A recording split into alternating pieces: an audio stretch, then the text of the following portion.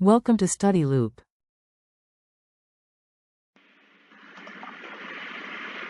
In this problem, we are given a reaction, the volume in which the reaction takes place, and the number of moles of each of the species that are measured, and asked to calculate an equilibrium constant, Kc.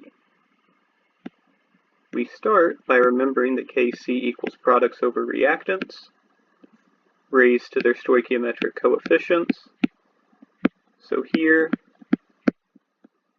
Kc is the concentration of methanol, CH3OH, over the concentration of carbon monoxide, times the concentration of H2 squared, because it has a 2 in front of it in the equation. We proceed to plug in the information we're given, remembering that we're in a 2-liter volume. So this is going to be 0.0406 moles per 2 liters,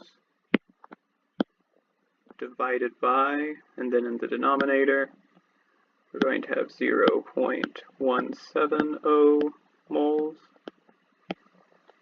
per 2 liters, times, and finally we plug in for H2, 0.302 moles, divided by 2 liters. And this one is squared because of the coefficient.